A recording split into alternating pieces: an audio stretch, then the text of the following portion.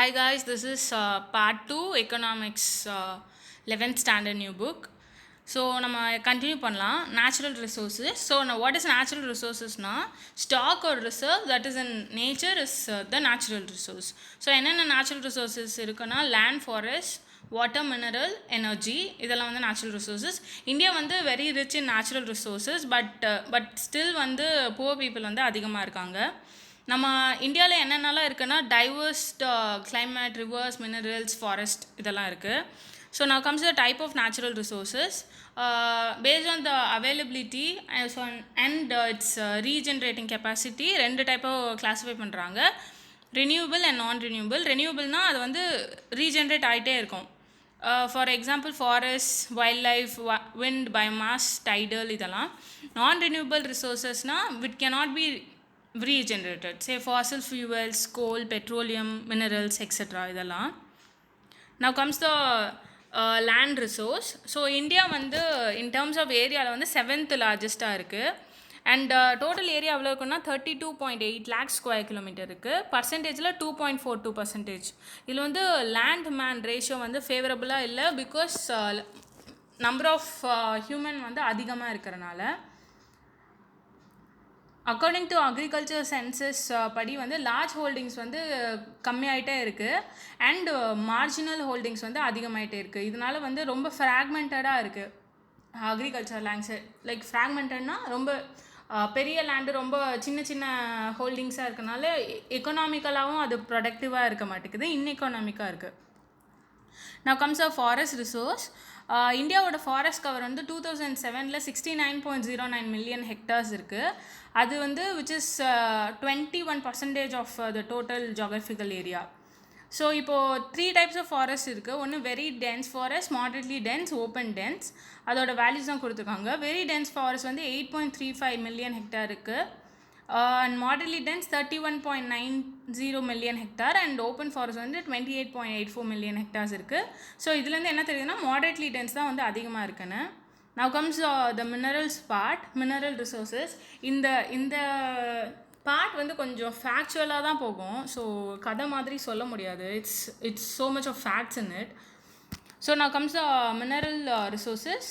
Iron ore நம்ம இந்தியாவில் வந்து ஹை குவாலிட்டி வந்து ரொம்ப அபண்டன்ஸாக இருக்கும். டோட்டல் ரிசர்வ் பார்த்திங்கன்னா ரெண்டு இருக்குது அயன் ஓரில். ஒன்று ஹெமடைட் அண்ட் மேக்னடைட். ஹெமடைட் வந்து 14.630 மில்லியன் டன்ஸ் இருக்குது அண்ட் மேக்னடைட் வந்து 10,619 மில்லியன் டன்ஸ் இருக்குது.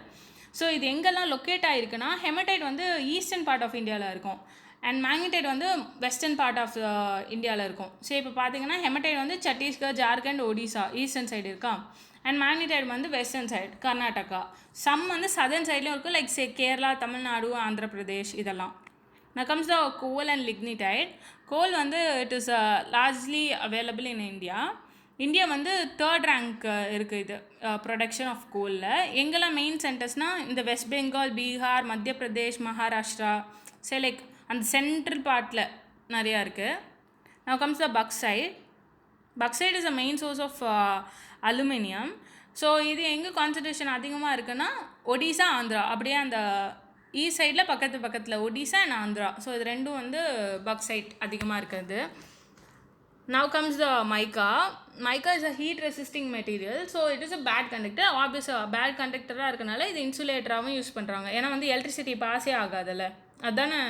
Like it is not conducting, right? So இது வந்து first in production. India stands first in production. 60% world ட்ரேடில் இருக்குது. எந்தெந்த ரீஜன்ஸ்லாம் இருக்குன்னா ஆந்திர பிரதேஷ், ஜார்க்கண்ட், பீகார், ராஜஸ்தான் இதிலலாம் இருக்குது. Now comes the crude oil. Oil exploration வந்து அதிகமாக எங்கே இருக்குன்னா அசாம் அண்ட் குஜராத்தில். Now comes the gold. 3 gold fields வந்து மெயின் கோல்ட் ஃபீல்ட்ஸ் இருக்குது. 2 வந்து கர்நாடகா, 1 வந்து ஆந்திராவில் இருக்குது. கர்நாடகாவில் இருக்கிறது பேர் வந்து Kolar gold field and Hutti gold field. ஆந்திராவில் இருக்கிறது Ramgiri gold field. Now comes the diamond. United Nation Economic Commission of Europe படி என்ன சொல்கிறாங்கன்னா பன்னா மத்திய பிரதேஷ், ராமல்லகோட்டா ஆந்திர பிரதேஷ் அண்ட் நிறைய nearby the basins of Krishna ரிவர்லேயும் வந்து டைமண்ட் ரிசர்வ்ஸ் இருக்குதுன்னு சொல்கிறாங்க. So now the infrastructure part. ஸோ இன்ஃப்ராஸ்ட்ரக்சர்னா ஒன்றும் இல்லை, it is development of support facilities. So infrastructure 2 type of பிரிக்கிறாங்க, எக்கனாமிக் அண்ட் சோஷியல். எக்கனாமிக்கில் வரது வந்து டிரான்ஸ்போர்ட், கம்யூனிகேஷன், மானிட்டரி, எனர்ஜி இதெல்லாம். சோஷியலில் வந்து எஜுகேஷன், ட்ரைனிங், ரிசர்ச், ஹெல்த் இதெல்லாம் வருது. So now comes economic infrastructure.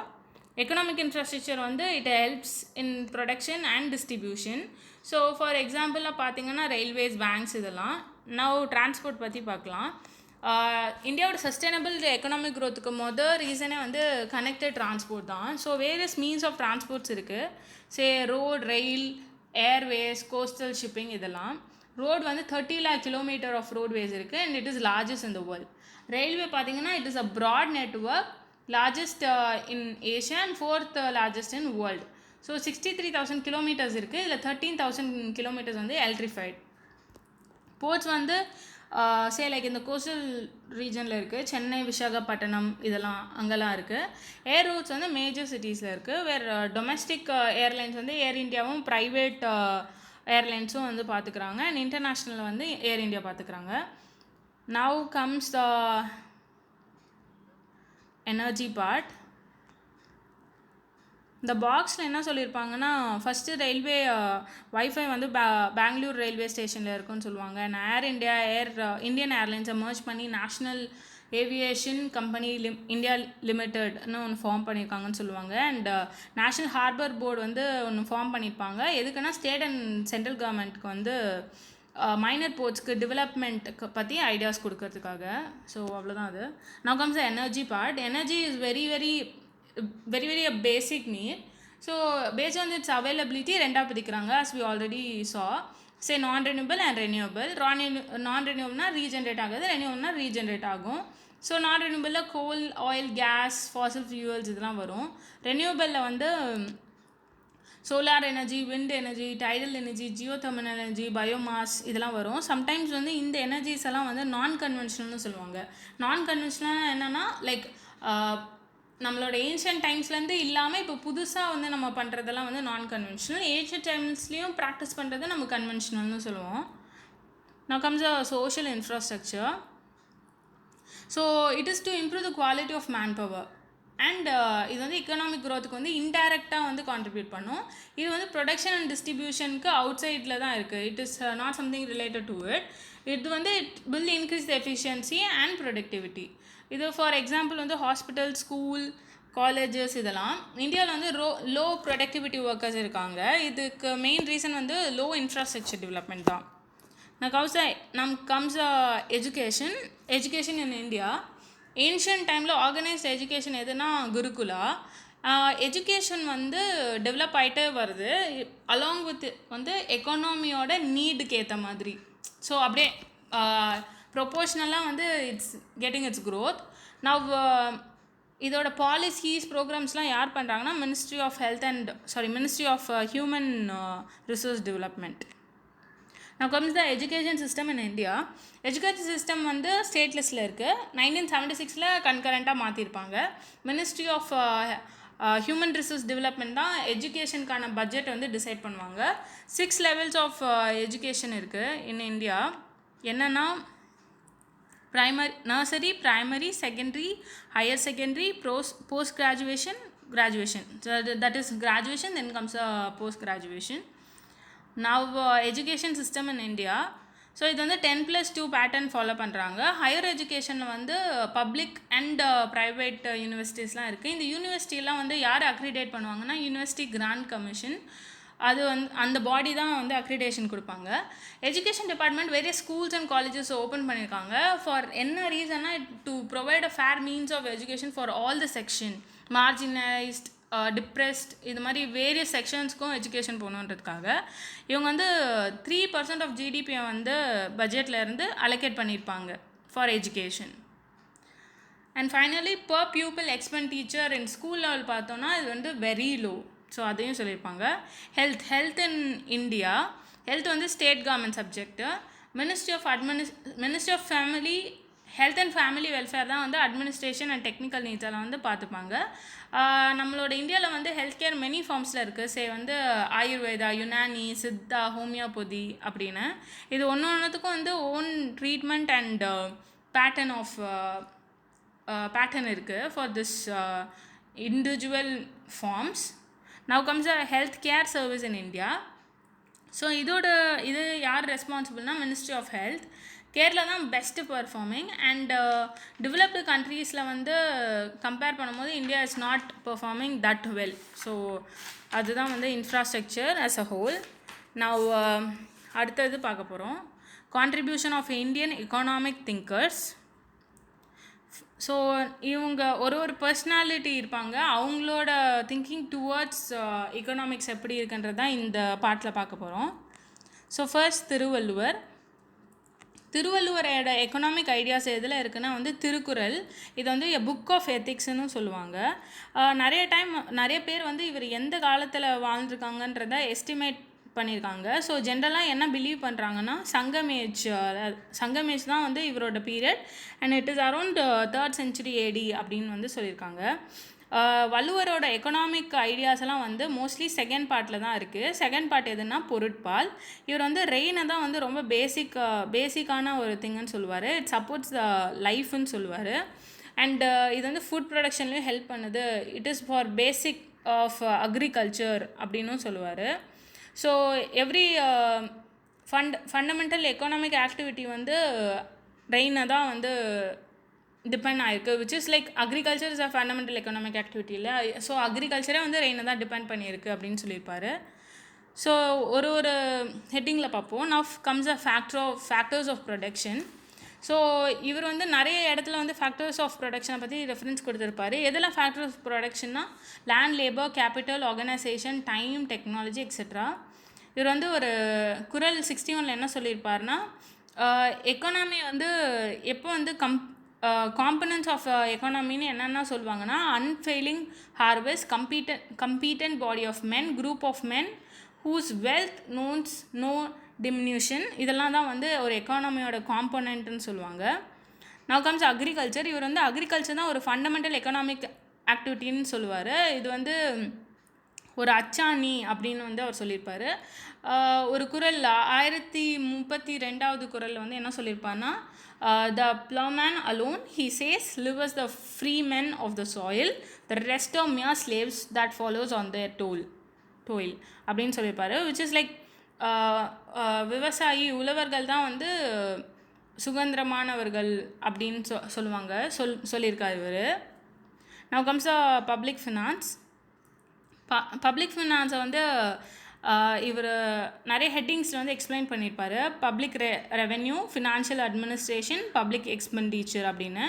And he has also stated this as creation of revenue, collection of revenue, management of revenue, public expenditure அப்படின்னு.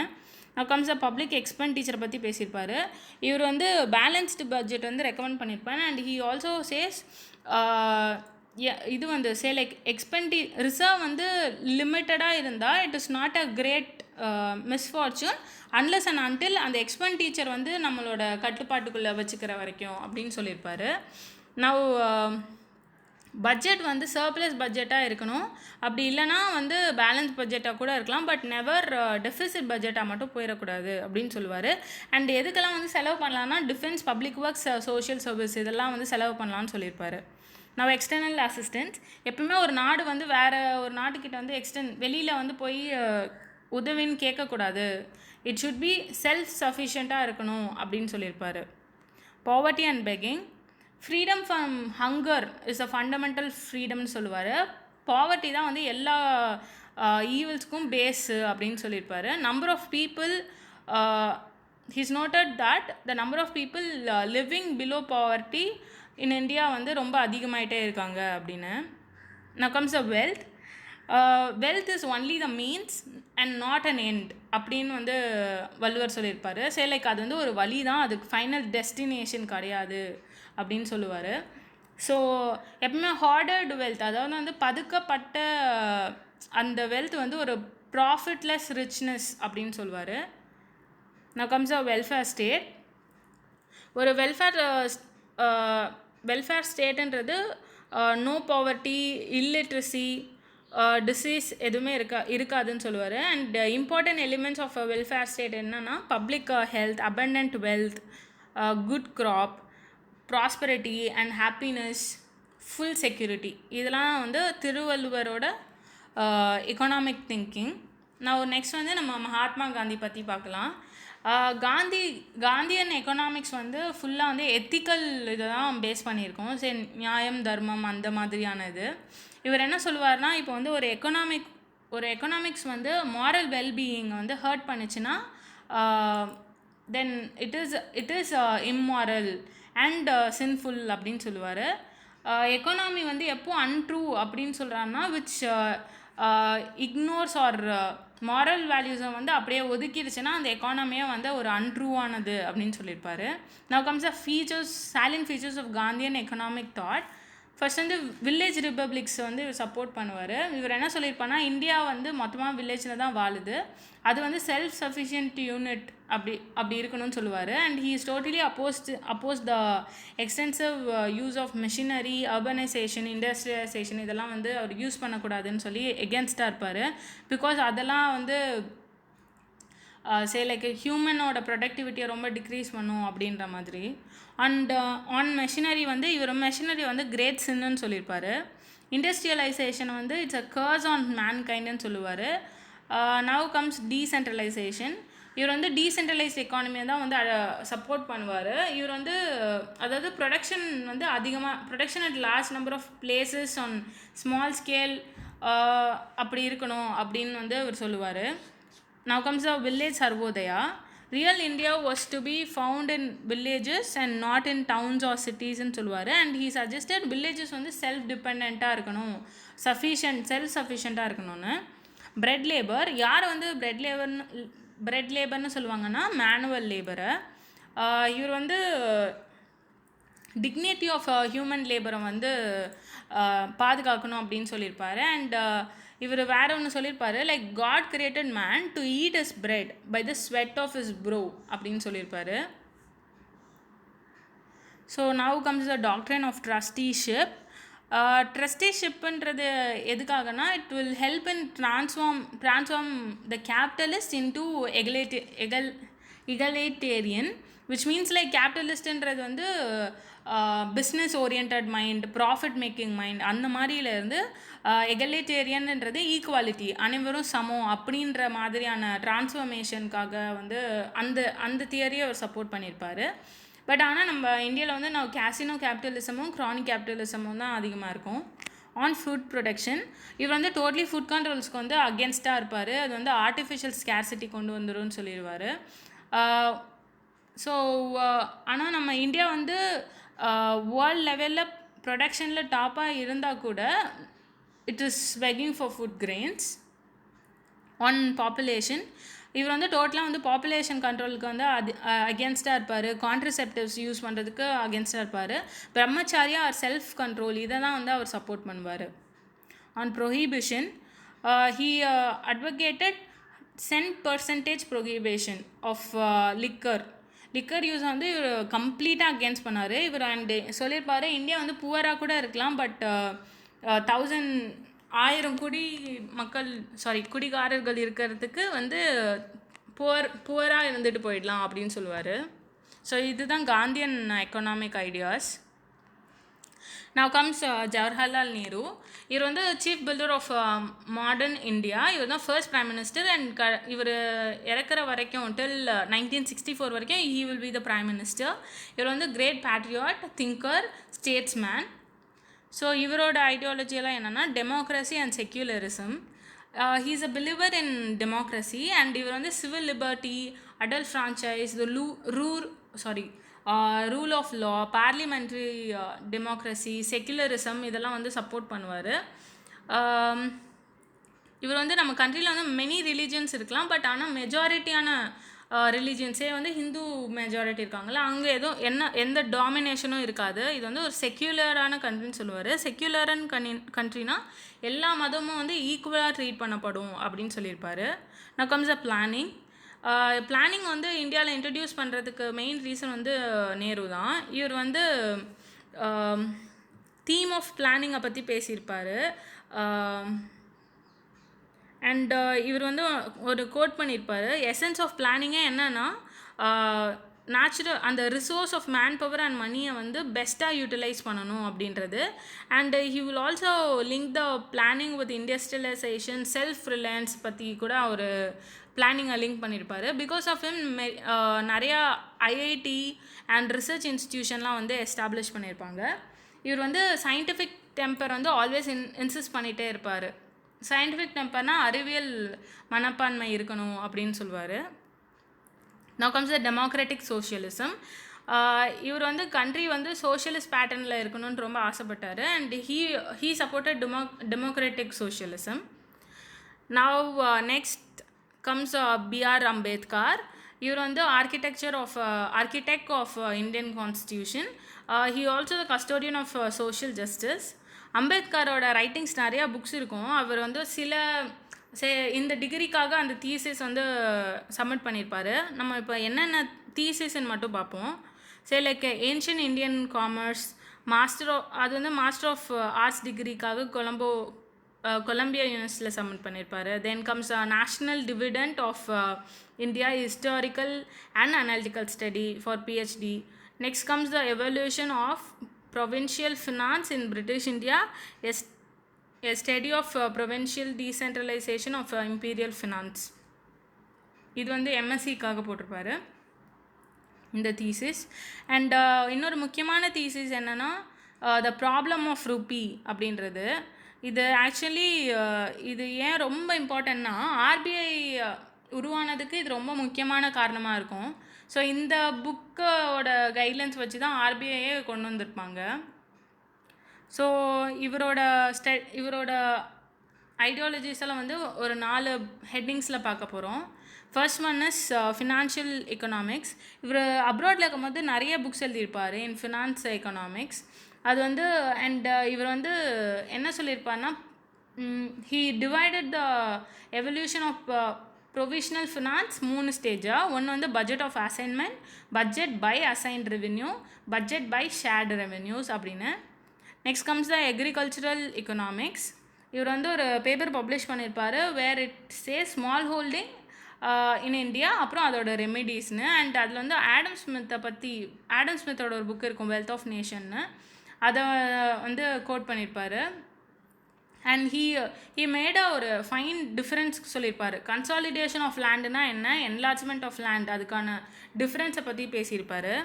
Now comes economics of caste வந்து ஒரு social மொபிலிட்டிக்கு வந்து ஒரு பெரிய அப்ஸ்ட்ரக்கலாக இருக்குது.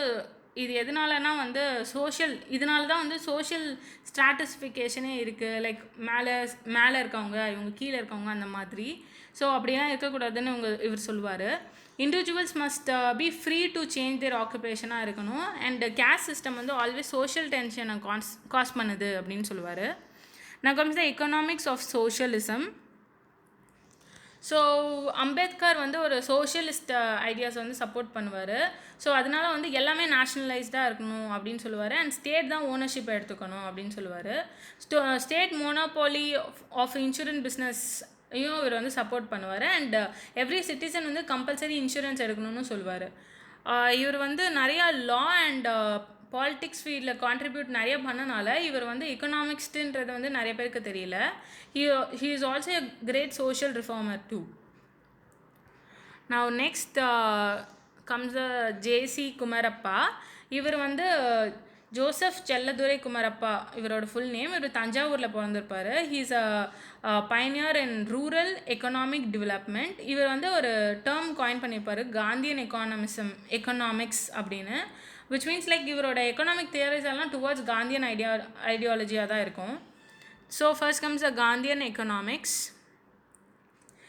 Supported village industries எல்லாம் வந்து இவர் சப்போர்ட் பண்ணியிருப்பார். அண்ட் வில்லேஜ் இண்டஸ்ட்ரீஸ் அசோசியேஷன்றதையும் வந்து இவர் ப்ரொமோட் பண்ணுவார்.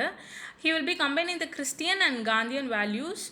காந்தியன் வேல்யூஸ் என்னென்ன சப்போர்ட் பண்ணுவார்னா, ட்ரஸ்டிஷிப்ஸ், லைக் முன்னாடி பார்த்துருப்போம்ல, கேபிட்டலிசமில் வந்து ஈக்குவாலிட்டி அப்படி சேஞ்ச் பண்ணணும் அப்படின்னு. So trusteeship, non violence, focus on human dignity, இதெல்லாம் வந்து அவரோட ஒர்க்கில் வந்து இதெல்லாம் காமிப்பார். And he rejected the socialism emphasising on class war. So இதெல்லாம் டோட்டலாக ரிஜெக்ட் பண்ணிவிடுவார். And he also reject the emphasism of material development competition and efficiency in free market economies. இவர் வந்து he will be a professor of economics in Gujarat Vidyapith. He will also be the editor of Young India. இவர் வந்து all India village industries அப்படின்னு ஒன்று வந்து found பண்ணுவார். And quit இண்டியாவுக்காகவும் இவர் வந்து அரெஸ்ட் பண்ணிடுவாங்க. அப்போ வந்து இவர் 2 புக்ஸ் எழுதியிருப்பார். Economic of permanence, the practice and precepts of Jesus, அப்புறம் Christianity, its economy and the way of life அப்படின்னு. தென் ஹிஸ்டாரியன் ராமச்சந்திர குஹான்னு ஒருத்தர் வந்து இவரை க்ரீன் காந்தியன் அப்படின்னு சொல்லுவார்.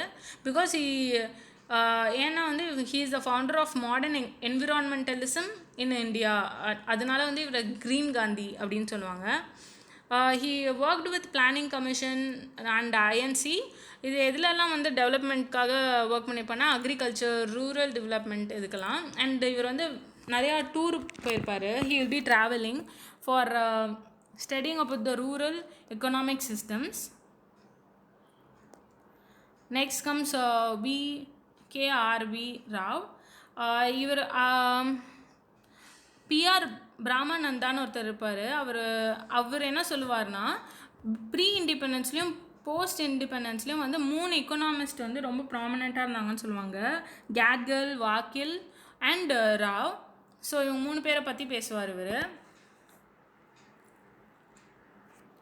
ஸோ ராவ் வந்து 3 லாஸ்ட் தீம்ஸில் வந்து he is very much interested. என்னென்னா national income, food nutrition, employment இதெல்லாம். ஸோ ஃபர்ஸ்ட் வந்து national income methodology. So Rao வந்து he will be working on enumeration of national income. இவர் வந்து ஜேஎம் கெய்ன்ஸோட ஸ்டூடெண்ட்டாக இருப்பார். கோலின் கிளார் அப்படின்ற ஒருத்தர் கூட இவர் வந்து ஒர்க் பண்ணியிருப்பார். ஹெச்டபிள்யூ ஸ்விங்கர்ன்ற ஒருத்தர் வந்து சொல்லியிருப்பார், கெய்ன்ஸோட ஸ்டூடெண்ட்ஸ்லேயே இஸ் அ பெஸ்ட் அப்படின்னு சொல்லியிருப்பார். இவர் வந்து நேஷ்னல் இன்கம் கான்செப்ட்ஸ் டெவலப் பண்ணியிருப்பார் for India and likes developing countries like India. And he will also என்ன பண்ணியிருப்பாருன்னா, he will analyse the concept of investment, saving and multipliers. அப்புறம் வேறு என்ன பண்ணிப்பேன்னா, he will be studying the compatibility and of the national income of industrialized and underdeveloped countries. அதை பற்றி படிச்சிருப்பார். Now comes the international food aid. இவர் வந்து ஒரு நிறைய பாலிசியை ஷேப்பிங் பண்ணுறதுல வந்து ஹெல்ப்ஃபுல்லாக இருப்பாங்க. அந்த பாலிசி வந்து எதுக்காகனா, policy is on international attack on world poverty, and he will be contributed to the questioning of international aid and improved flow of external resource. So இதுதான் வந்து அவர் ஃபுட் ஹெல்ப்புக்காக வந்து அவர் நிறையா சொல்லியிருப்பார். நான் கம்ஸ் சப்போர்ட் ஃபார் சோஷியலிசம். இவர் வந்து சோஷியலிச India வந்து support பண்ணியிருக்காரு. Because he just wanted state தான் வந்து எல்லாத்தையும் கண்ட்ரோல் பண்ணணும், ஸோ பப்ளிக் செக்டார் தான் டாமினண்ட்டாக இருக்கணும் அப்படின்னு சொல்லியிருப்பார். Now comes Rao's view on industrialization. What is wrong with Indian economic life அப்படின்னு ஒரு பேம்ப்ளெட் எழுதிப்பார். அதில் வந்து ராவ் வந்து நிறைய ரீசன் சொல்லியிருப்பார். Like low per capita income, low per capita nutrition ஏன் வந்து இந்தியாவில் ப்ரிவேல் ஆகுது அப்படின்னு. அதுக்கு என்னென்ன ரீசனா, அன்எக்கனாமிக் ஹோல்டிங், ஃப்ராக்மெண்டடாக இருக்கிறது, வாட்டர் அவைலபிலிட்டி ஃபார் க்ராப்ஸ் வந்து கம்மியாக இருக்கிறது, population pressure, absence of capital, absence of autonomy in currency. So இதெல்லாம் தான் காரணம்னு சொல்லியிருப்பார். Now comes village clusters. Cluster of village தான் வந்து யூனிட் ஃபார் ரூரல் டெவலப்மெண்ட் அப்படின்னு சொல்லுவார். He will also encourage the social and economic interaction so that villages வந்து develop ஆகும் அப்படின்றதுக்காக. ஃபைனல் பேஜுக்கு வந்துட்டோம். So about investment, income and multiplier. இவர் வந்து ஒரு ராவ்ஸ் ஒரு எக்ஸாமினேஷன் பண்ணியிருப்பார். ஸோ அதுதான் வந்து inter relation between investment, income and multiplier எங்கன்னா அண்டர் டெவலப்டு எக்கானமியில். ஸோ இதுதான் வந்து இவரோட மேக்ரோ எக்கானமியோட மேஜர் கான்ட்ரிபியூஷனாக இருக்கும். Now comes a institution builder. 3 national level research institute வச்சுருப்பாரு. என்னென்னா Delhi school of economics, institute of economic growth, institute for social and economic change அப்படின்னு. Now finally Amartya Kumar Sen. So இவர் வந்து ஒரு நோபல் ப்ரைஸ் வின்னர். இவரோட கான்ட்ரிபியூஷன் வந்து வேரியஸ் ஃபீல்டில் இருக்கும். Poverty, famine, concept of entitlements, capability development, இந்த மாதிரி. நான் ஃபர்ஸ்ட் வந்து poverty and famine. So Sen வந்து ஒரு தியரி எழுதியிருப்பார். Like poverty and famines and essay on entitlement and deprivation. இது வந்து எதை பற்றினா ஃபெமைன் பற்றி படிச்சிருப்பார். And various meanings of poverty பற்றியும் வந்து இவர் ஆராய்ச்சி பண்ணியிருப்பார். he also drew attention to the incidence of absolute and relative deprivation. Now comes the poverty and inequality. இவரோட மேசிவ் ஒர்க் வந்து is on poverty and inequality. இவர் என்ன சொல்லியிருப்பாருன்னா டிஸ்ட்ரிபியூஷன் ஆஃப் இன்கம் வந்து பிலோ பாவர்ட்டி லைன் பீப்புளுக்கு among வந்து இருக்கணும், எல்லாருக்கும் வந்து பகிர்ந்து கொடுக்கணும் அப்படின்னு சொல்லியிருப்பாரு. Now comes the concept of capability. So இவர் என்ன சொல்லுவோம்னா capability is defined by Sen is the ability to transform the Rawlsian primary goods to the achievement of wellbeing அப்படின்னு சொல்லியிருப்பாரு. Now comes entitlement. இவர் என்டைட்டில்மெண்ட் ஐட்டம்ஸ்ன்னு சிலதை இன்க்ளூட் பண்ணுவார். Nutrition, food, medical, health care, இதெல்லாம். And he also consider famine வந்து எதனால் வந்து அதிகமாகிட்டே இருக்குன்னா because of failure of establishing a system of entitlements அப்படின்னு சொல்லுவார். Now finally comes choice of டெக்னிக்குன்ற ஒரு ரிசர்ச் ஒர்க் பண்ணியிருப்பார். அப்போ என்ன சொல்லியிருப்பான்னா லேபர் அதிகமாக இருக்க எக்கானமியில் வந்து அன்எம்ப்ளாய்மெண்ட்டும் அதிகமாக இருக்கும் இனிஷியல் ஸ்டேஜில். பிகாஸ் எதுனாலனா கேபிட்டல் இன்டென்சிவ் டெக்னிக்கெல்லாம் வந்து நம்ம உள்ளே கொண்டு வரனால அப்படின்னு சொல்லியிருப்பார். So this is about the lesson. So hope you guys like this lesson and will continue. Thank you.